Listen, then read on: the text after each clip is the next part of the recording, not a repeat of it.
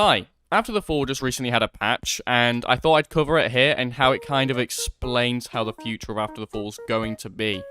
So, without further ado, let's get right into this.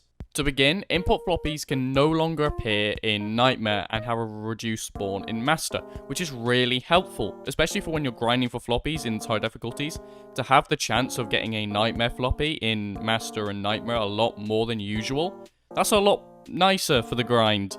And already, this game is very grindy, so kind of helping us out with that is very helpful. Thank you. As well as, now floppies will no longer TP back to their original position, which could cause floppy trolling with people throwing them out the map and stuff and hiding them, which could be really annoying. But as well as, now automatically they will be decrypted at the end of the level, so no matter what, you'll get your floppy. Now, also, the missile device has finally been fixed. This has taken way too long in my opinion, as this has gone on for ages, and we had one patch which was supposed to fix it, but didn't fix it for a lot of people, as far as I know.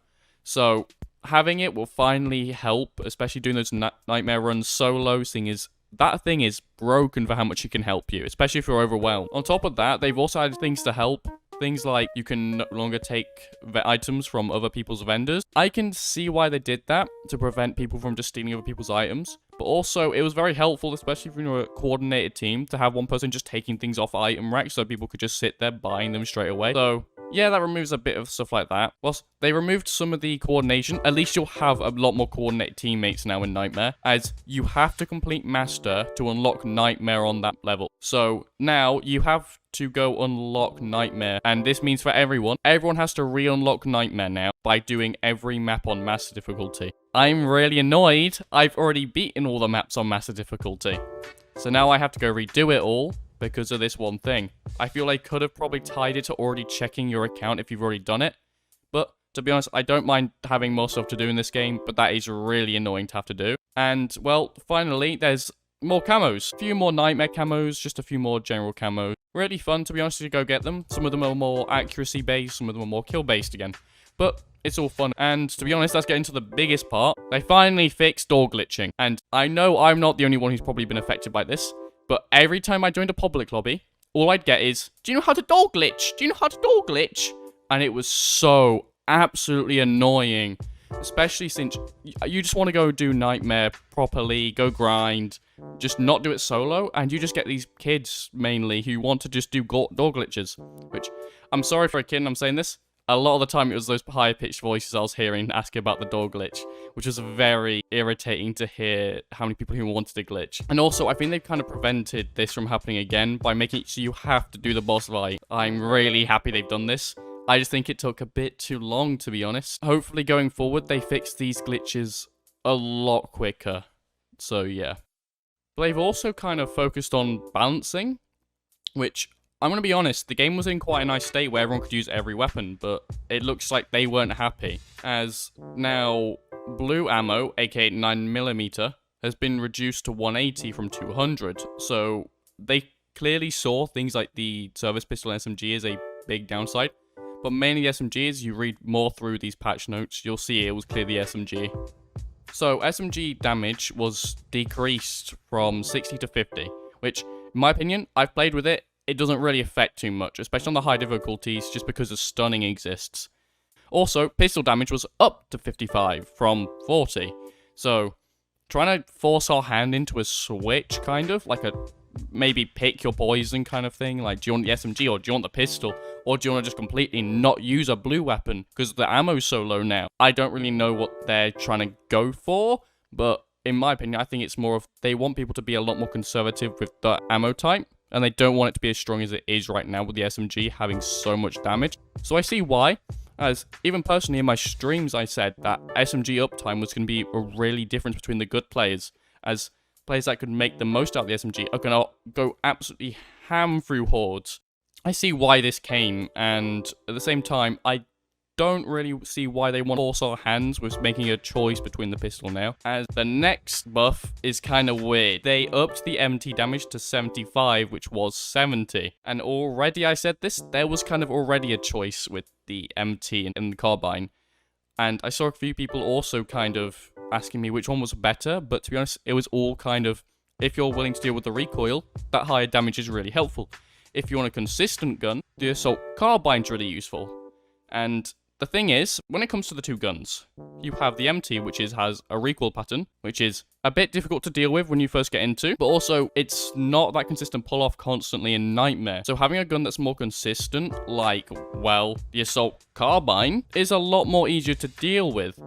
So I think by lowering the MT recoil might be a lot more helpful. Maybe make it so the attachments change it, because that's what mainly is the choice now, is do you want that gun that can consistently do damage and stun enemies, or do you want a gun where you have to fight it a bit more, but it has a lot more damage? Bear in mind though, I have only used it once, and that was on Quest with the vertigo grip, as I don't have it unlocked on my account.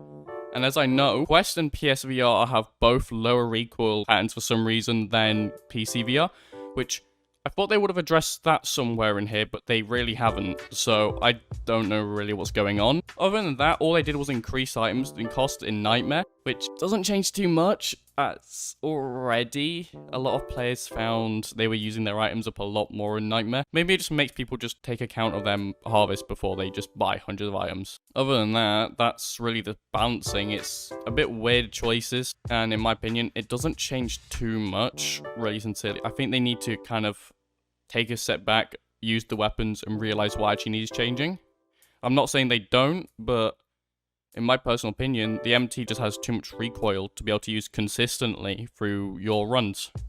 But overall, I think they've kind of realized something, as everyone was kind of saying the Smasher was a bit of a pushover. Well, now, no longer he can be really stunned in high difficulties. They increased the weak point health, depending on what difficulty you're on, as now the Smasher is still too slow to actually kill you on any of the difficulties. The main part this does is make you kind of have to keep moving whilst fighting him, which still isn't too bad, seeing that's how people used to fight him. So I don't really know. But from all this, whilst they've done all the balancing, they've done some really nice quality of life patches, Quest 2 players, oh wait, I should call you Meta Quest players, sorry. Meta Quest players are now crashing a lot more, which kind of cuts down the community a lot. Don't know how bad it is. I don't have a Quest. Feel free to put it down in the comments if, like, how big it is and how bad it gets, because I don't really know.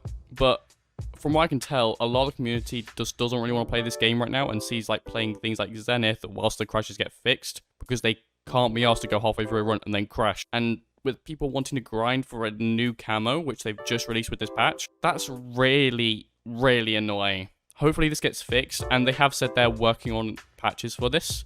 So hopefully they get this done sooner rather than later. As it looks, some of these stuff should have definitely came with the previous patch and not been done this late. And to be honest, we're going to roll over to another section because I'll just do it all there. Yeah, so there's a few things this patch kind of shows for the future of the game.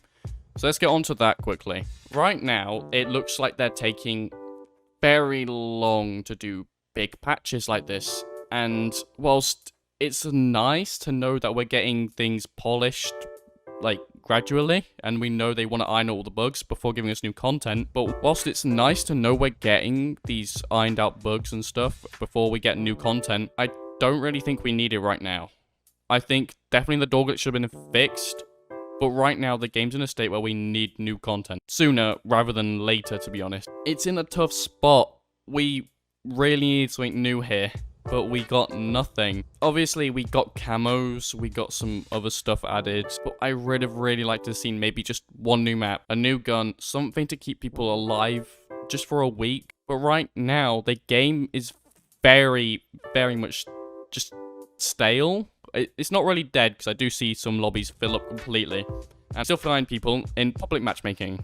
So it's not too bad, but at the same time, we need something new. And with this update, we don't get a date sooner rather than later, or like it's upcoming next month or coming in the next few weeks. I don't see myself sticking with this game for a while, and to be honest, I've been trying to push myself to keep playing this game, not really forcing. I do love this game, but I've been playing quite a lot, and I'll show you what I've been doing in my meantime when it comes to this game.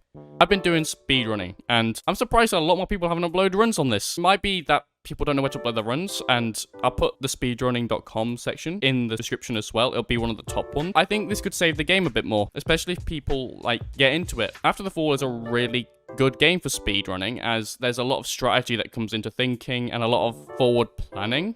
So I could definitely see people doing this a lot more, especially with all the different categories and all the different difficulties. I could definitely see full squads getting into this game and going for the high times. I've been mainly focusing on Skid Row, just to try and get my time down as low as I can. And to be honest, it's really easy to submit a run. I'll quickly go through it.